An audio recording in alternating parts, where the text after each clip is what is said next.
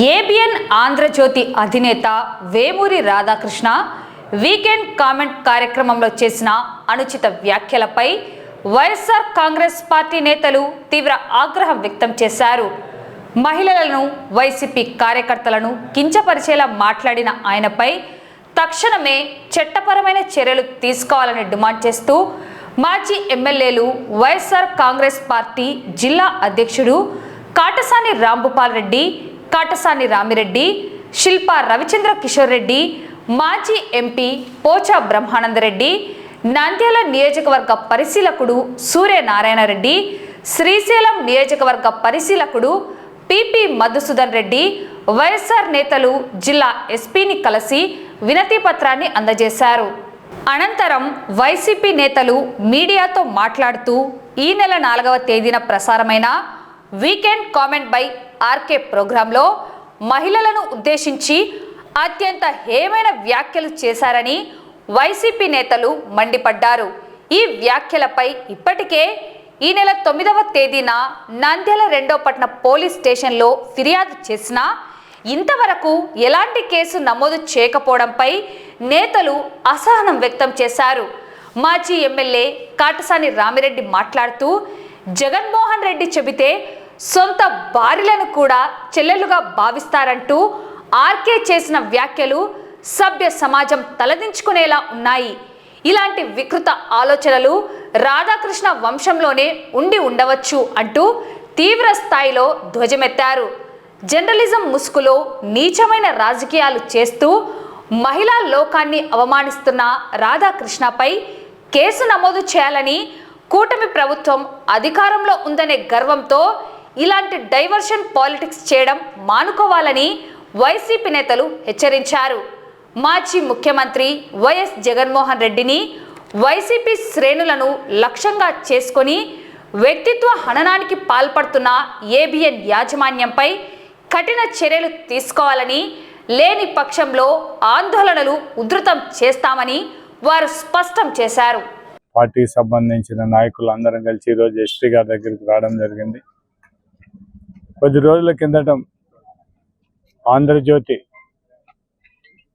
అధినేత అయిన రాధాకృష్ణ గారి మీద మేము ప్రతి ఒక్క స్టేషన్లో కూడా, నియోజకవర్గాలకు సంబంధించిన హెడ్ క్వార్టర్లు అన్ని హెడ్ క్వార్టర్లు కూడా, పోలీస్ స్టేషన్లో మేమందరం కూడా ఎస్ఐలకు అందరికి కూడా కేసులు ఇవ్వడం, అంటే కేసు పెట్టమని మేమందరం కూడా రిప్రజెంటేషన్ ఇవ్వడం జరిగింది. దాని మీద ఎటువంటి యాక్షన్ తీసుకోలేదు కాబట్టి మేమందరం కూడా మళ్ళీ ఒకసారి ఎస్పీ గారికి, మీ పోలీస్ స్టేషన్లో మేము నంద్యాల జిల్లాకు సంబంధించిన అన్ని నియోజకవర్గాల హెడ్ క్వార్టర్లు మేము ఇచ్చినా దాని మీద ఏమి యాక్షన్ తీసుకోలేదు. ఖచ్చితంగా యాక్షన్ తీసుకోమని చెప్పి ఈరోజు ఎస్పీ గారికి రిప్రజెంటేషన్ ఇవ్వడానికి రావడం జరిగింది. మేమందరం కూడా రిప్రజెంటేషన్ ఇవ్వడం జరిగింది. అంటే ఇంతకుముందు చూస్తే తెలుగుదేశం ప్రభుత్వంలో మొత్తం ఏది చూసుకునే విచ్చలవిడిగా ఉండే పరిస్థితి ఉంది. ఇసుక ఫ్రీ, కానీ బీచ్ల నుంచి తీసుకొచ్చుకుంటే ఎవరైనా పొరపాటు సొంత అవసరాలు తీసుకొచ్చడానికి కూడా ఎవరిని బయటికి తీసుకురాని పరిస్థితి. మన పోలీసులతోనే కేసులు పెట్టడం, దాని మీద మొత్తం వెహికల్ సీజ్ చేయడం జరుగుతుంది. సామాన్య ప్రజలకు ఇసుక ఉచితంగా దొరికే పరిస్థితి లేదు, ఏం లేదు. వాళ్ళు చెప్పినలే ఎవరు ఏ లీడర్ చెప్తారో ఆ లీడరే వాళ్ళు అమ్మాల్సిందే తప్ప వేరే వాళ్ళు అమ్మడానికి వీల్లేదు అనే పరిస్థితి. అదే ఆ విషయం కూడా ఎస్పీ గారి దృష్టికి తీసుకోవడం జరిగింది.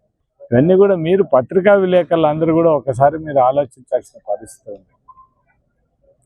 మీరు ఏదైనా కూడా ఇమ్మీడియట్గా రాస్తున్నారు, కానీ మమ్మల్ని మా గవర్నమెంట్లో ఉన్నప్పుడు ఏ విధంగా జరుగుతుంది, ఇప్పుడు ఏ విధంగా జరుగుతున్నది భేదాన్ని కూడా మీ ప్రజలకు చెప్పాల్సిన అవసరం ఉంది. మీ మీడియా ఉండేది కూడా ఎవరు మంచి పరిపాలన చేయగలిగినారు, ఎవరి టైంలో బాగా ఉంది అనేది చూపించగలిగితే, మేము అంతకుముందు మా గవర్నమెంట్లో చేసింది కనీసం మా దురదృష్టం ఏమంటే మా పార్టీకి కానీ మాకు సంబంధించిన ఛానల్ ఒక సాక్షి తప్ప ఇంకొకరు మాకు పేపర్ తప్ప ఏం లేని పరిస్థితి. ఇప్పుడు ఉండే ఛానల్స్ అన్నీ కూడా వాళ్ళకి ఎక్కువ సపోర్ట్ ఉండే పరిస్థితి మేము కోరేది ఒకటే, మీరు ఒకవేళ వాళ్ళకి అంత ఇంత ఎలక్షన్లప్పుడు సపోర్ట్ చేయండి, కానీ ఇప్పుడు మాత్రం ప్రజలకు నిజానిజాలు తెలిసే విధంగా పత్రికా విలేకరులందరూ కూడా, పత్రికా అధినేతలను కూడా కోరడం జరుగుతుంది. నిజాయితీగా మొత్తం మీరు వార్తలు పరిశీలించండి. ఎవరు తప్పు చేశాను మాకేం అభ్యంతరం లేదు. ఖచ్చితంగా దాని మీద రాసినా కూడా మేమేం ఫీల్ అయ్యే ప్రసక్తి లేదు. ఖచ్చితంగా ప్రజలకు నిజాలు తెలుసాలని కోరుకుంటున్నాం.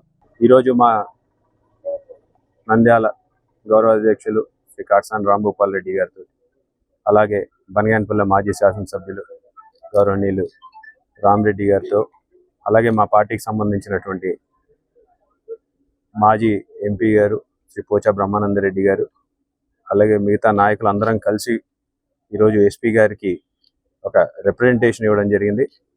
గతంలో మేము ఇచ్చినటువంటి ఫిర్యాదు మీద ఈ రోజు వరకు ఎటువంటి చర్యలు తీసుకోలేదు.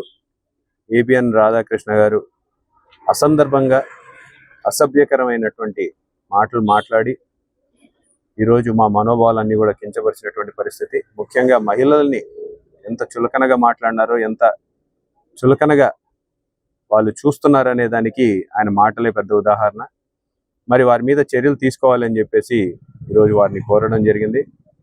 ఎందుకంటే మాట్లాడితే మహిళా లోకానికి మేము మంచి చేస్తున్నాం, వైఎస్ఆర్సీపీ పార్టీ మీద ఎన్నో చేయనటువంటి పనులన్నీ కూడా చేసినారనే విధంగా ప్రజల్లోకి వారి మీడియాతోటి తీసుకువెళ్ళి ఎలక్షన్లలో ప్రజల్లో లేని భావోద్వేగాల్ని రెచ్చగొట్టి ఆ రోజు చేసినటువంటి పరిస్థితి మీరు అందరు కూడా చూసినారు.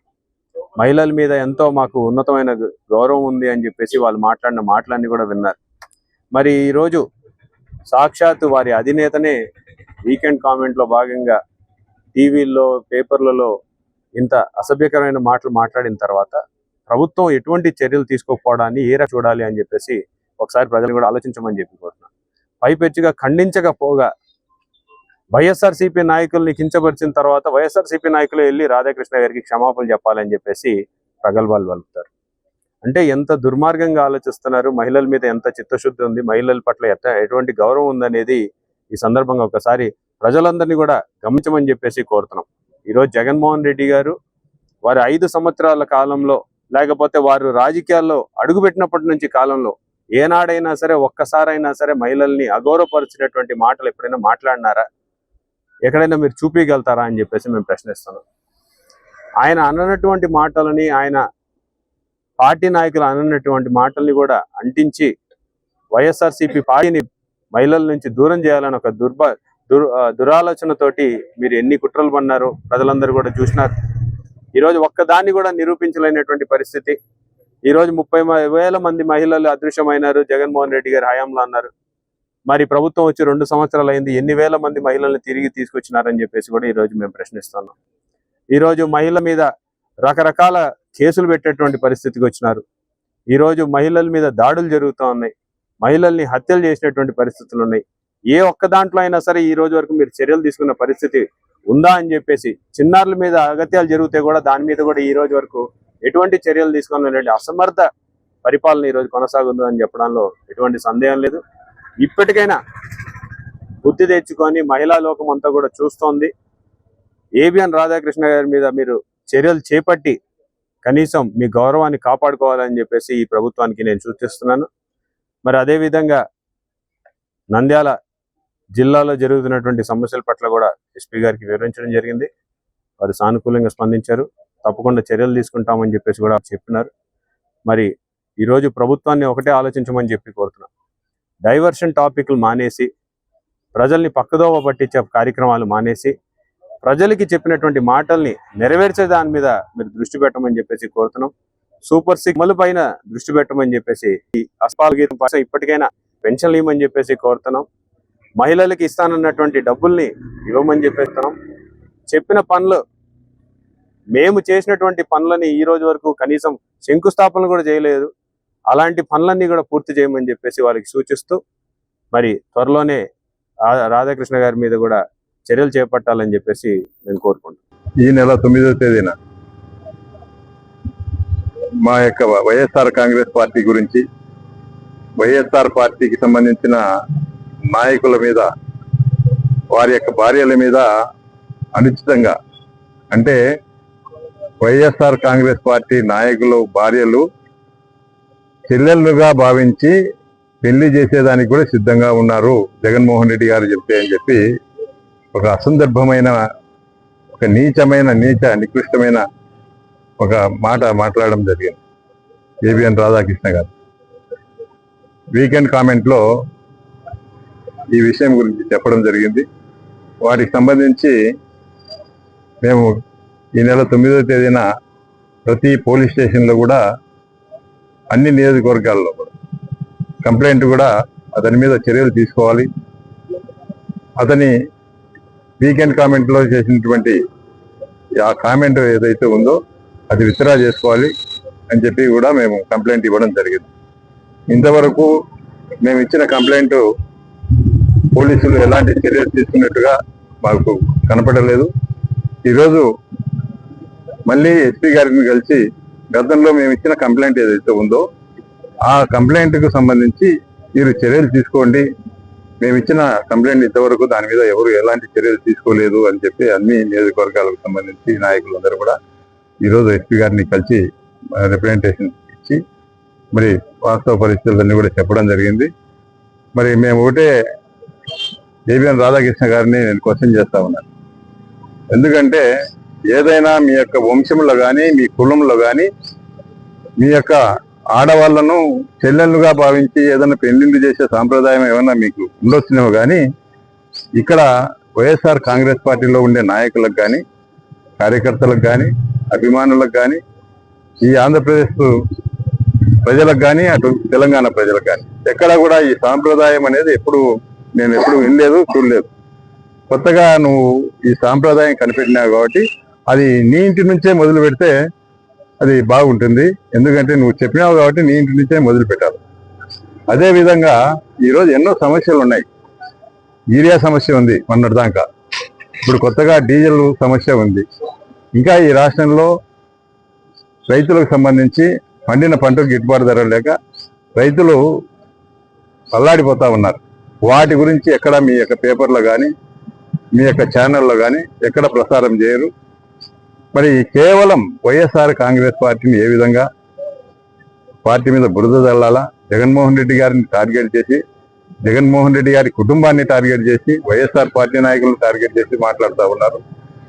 నేను ఒకటే తెలియజేస్తా ఉన్నాను. ఇప్పుడు ఏదో మీరు పెళ్లి గురించి మాట్లాడుతూ ఉన్నారు.